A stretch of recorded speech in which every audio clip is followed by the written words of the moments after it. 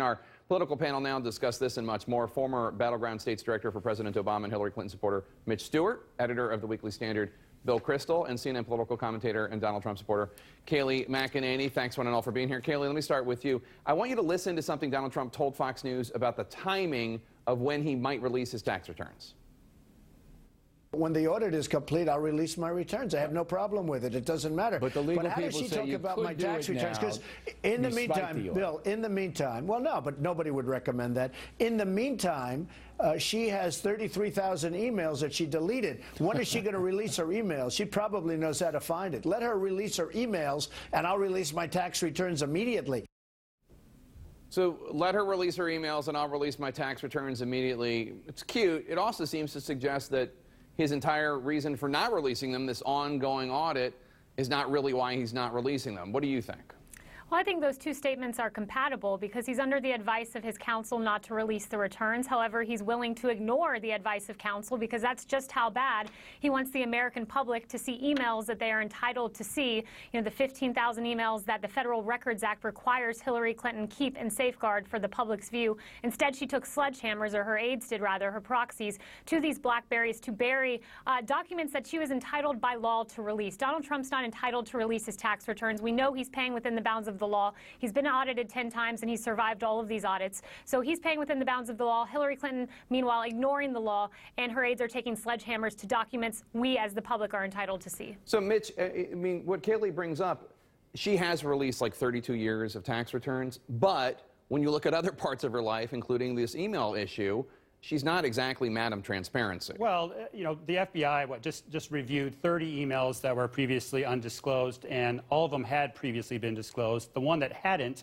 was a congratulatory note from a dignitary abroad. And so she's apologized, said it was wrong to have a server, a private server in the basement of her home.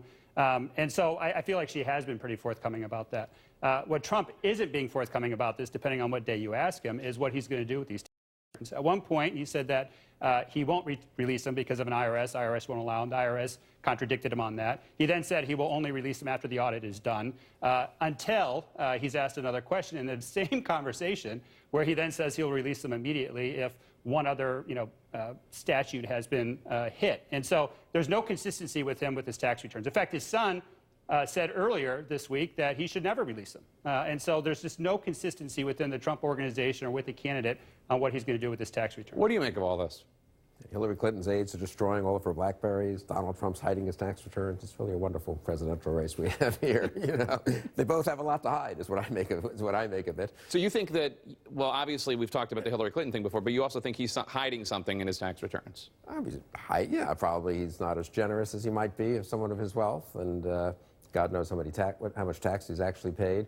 I don't think there's so many other things, in my view, that disqualify Donald Trump that this is probably the least of it. And what do you think? As is the case with Hillary Clinton. And what do you think she's hiding in her emails? Well, it is pretty astounding. I mean, she said, I just deleted the personal emails. Really? Maybe you could have given them over and let other people judge what's personal or not. And then it turns out, well, some of the personal emails aren't personal, right? And that's very clear now that she was just not telling the truth about that. But the FBI did review those emails, correct? Which ones? The emails that are in question right now, and found that there was nothing. The 15,000. Right. That it was not. Right, but there's a 30,000 that were deleted also. And Kayleigh, I mean, I guess here's a question for you. If Mr. Trump released his tax returns, then he would be Mr. Transparency as opposed to Hillary Clinton, but now it's just muddied water. Why not just release the returns?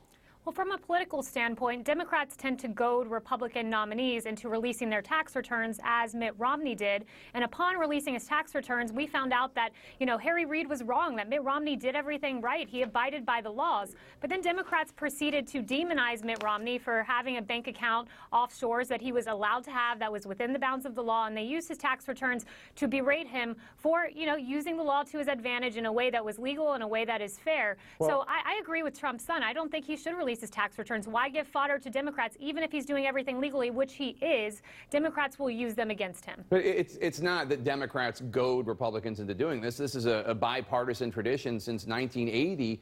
Reagan, Bush, I mean, every nominee, every major party nominee since Gerald Ford in 1976 decided not to do it, has released their returns. This isn't like some demonic Democratic plot. It's the idea that the people, the public, have a right to know how you made your money, where your investments are, to make sure that you don't have any conflicts of interest?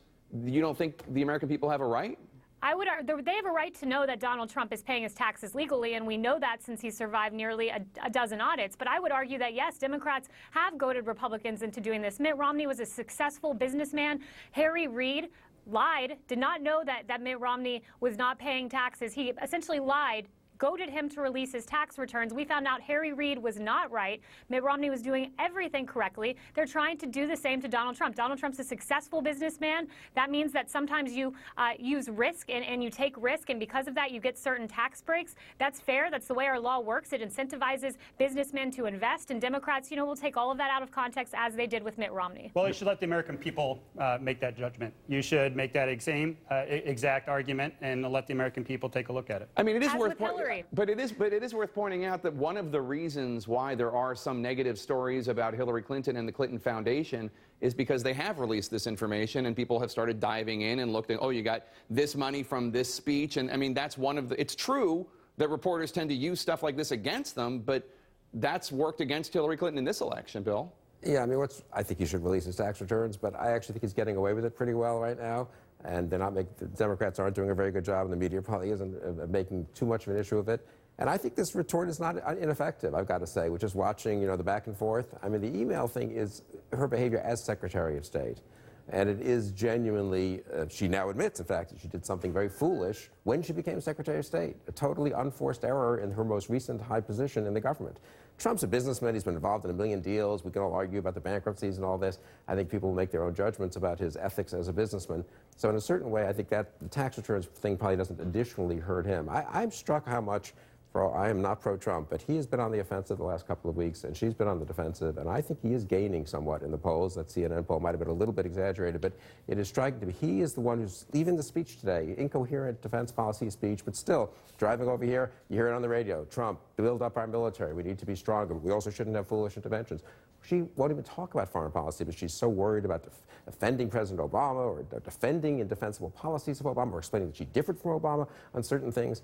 I really am struck. And also, even on domestic policy, he has some simple-minded things. What is she for? It's a change election. What change is she for? She's playing defense too much. In my opinion, as an outsider, I think she really is playing defense as at an this outsider? point. I mean, as someone who's not on either side. Someone who doesn't like either candidate. Exactly. All right. Mitch, Bill, and Kaylee, thank you so much. Appreciate it. In our health lead, controversy over Florida's response to the Zika outbreak. Could one of the solutions cause even more problems? That story next.